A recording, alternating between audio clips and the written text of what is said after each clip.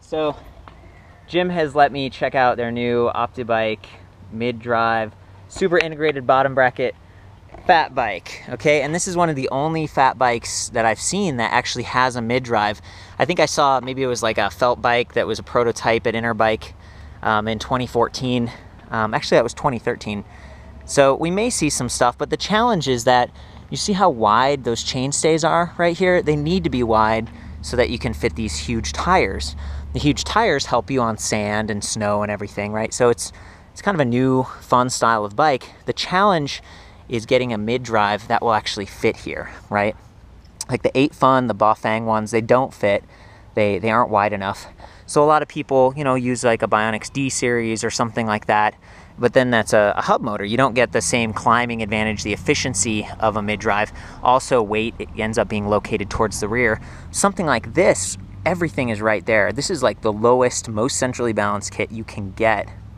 I guess it isn't a kit. This would be like a fully built bike, right, Jim? So it sounds like November 2014, they'll have this stock that you can buy from Optibike, and it will have water bottle cage braze-ons, right? Yeah, I'm stoked about that. This is a prototype where it's the first sneak preview. Sneak preview. Oh, I love it. I'm definitely stoked that you've got the breakout control pad thing going on, the LCD monitor display panel, and then this is for a phone. Is that what you said? The phone.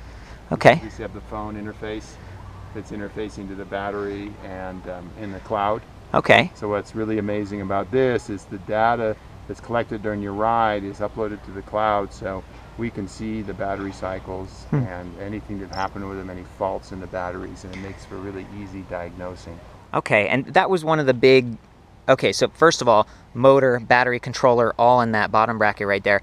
And they've got software that can actually make sure this thing doesn't overcharge, and that's going to extend the life of it. And they're also setting it up so it cuts off, like, what was it, after a couple months or something, it'll completely shut off? Yeah, if the battery ever gets to a certain level, the BMS automatically shuts it off completely, so it won't hurt the cells. Right, so it doesn't completely drain. And then when you come back and you charge it, it'll be fine after one cycle. I love that. That's awesome. And frankly, you know, you got the hydraulic disc brakes, juicy right here. It was like 203 millimeter in the front. Plenty of stopping power. Is this a steel frame that you're working with right now? So is that the plan? Yeah, they'll all be steel. Steel frame like this. I noticed that this one, and I'm really enjoying the throttle, the twist throttle here, but there's some talk about maybe someday pedals? Yeah, the production ones will have a pedelec. Oh, so the ones in November? Yes. Wow. How many levels do you think are you going to have? These currently have 4 power levels. Okay. And they probably stick with that. We may go to 9. It depends. Okay. Well, it's really neat to see something like this and get to talk to the people that design it, because, you know, you guys do. Like, you're here, we're in Boulder, Colorado. You've got a shop. You made this bike at your shop, right? Yeah, like with tools. It's all made and designed and, you know, built in America. It's neat just to, like get your perspective from actually having built it and not just like reading some specs or something. Whoa! This thing is so intense. It's super powerful. What's the wattage on the motor? They're 600 watts. 600 watt motor. There we go. Got the super fat tires for sand and stuff. Try not to crash going down this. Nice. You know, and it's fairly, I'm just pedaling right now. It's, you know, there's more resistance when pedaling because there's more surface area on the tires, and the wheels are big, which means it takes a minute to get them up to speed. But once you're there, it keeps going all right.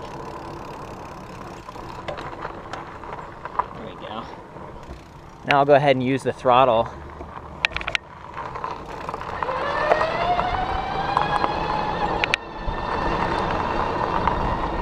The thing just takes off. I'm in a relatively hard gear right now too.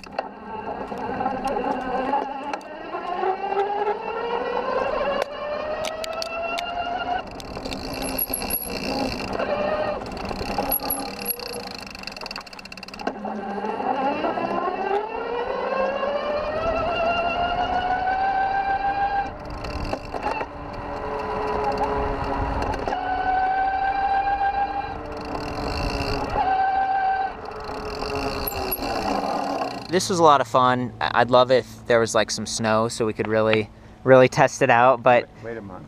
wait a month, we might be back. That's kind of a first look. The Optibike fat bike, what's this called? What do you? We call it the SIMFAT.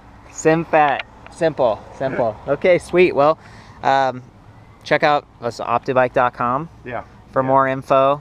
This is 2014 right now, August. We're in August. Yeah. And this bike is not on the website, so if you're interested in pre-orders, you have to call us. Okay, cool. Well, thank you very much, Jim. Thanks, Corey. Awesome.